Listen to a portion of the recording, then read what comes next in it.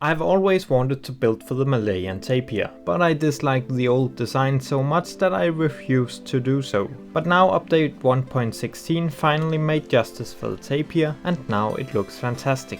So I of course had to give it a home here in Canopy Gardens, which is what I will show you today, as well as a few other adjustments to the park. This is not a speed build video, but simply just a showcase of the finished tapir area I've been working on. The tapir habitat consists of 2 large enclosures, an indoor area, as well as a couple of smaller outdoor paddocks to help shift the animals around. The left side used to house the saltwater crocodile, but I felt like it would be a better spot for the tapir. I moved out the crocodile and took away some of the water area, and overall adjusted the whole enclosure so the tapir would feel at home. And I made this side of the tapir complex work as its own habitat. This way we'll always have a visible animal on this side, and we can keep the male and female separated as you often see it in real life. Therefore I also closed this gate. As you might know from my former videos, this habitat is part of an Asian panorama view with hidden barriers. On the platforms and ropes above this habitat you'll see salamanders moving around, and in the landscape behind it you'll find an enclosure for water buffaloes, and these we'll get back to later. The enclosure to the right is made in part of the old Cassowaries habitat. I added a small waterfall and integrated some overgrown wood pieces to break up the back wall a bit. This habitat I connected with the separation paddocks and the indoor area, so the tapir can move around in all of it. I put up a fence here to separate the tapir's habitat from the rest of this area. Some time ago I decided not to keep cassowaries in here anymore, but now that the enclosure got a little smaller I've changed my mind again.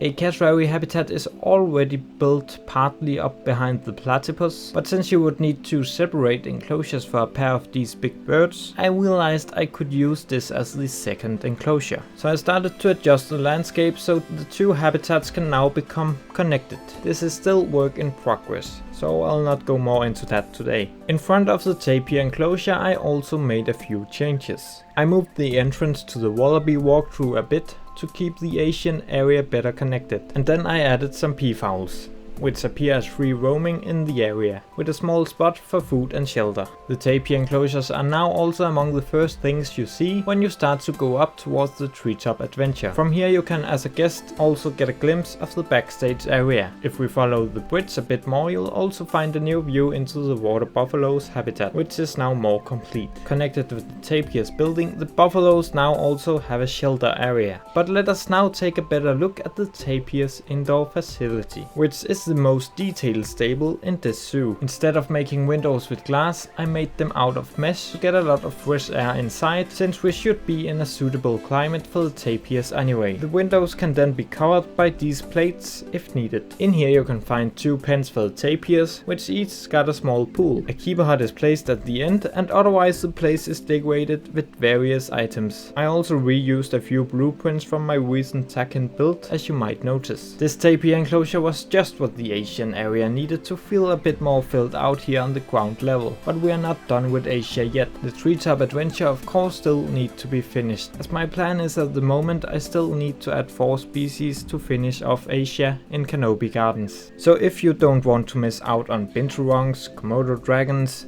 gibbons and sun bears, then make sure to subscribe to the channel. I hope you enjoyed today's video, make sure to like it if you did, and I hope you're not too disappointed it wasn't a speed build. It was supposed to be, but some stuff didn't go as planned. I had a good time being back in Canopy Gardens, so I think we'll continue here somewhat soon. I'll probably focus on completing Asia, but also continue some stuff in the Australian area. I still got a lot to do here. Thank you for stopping by.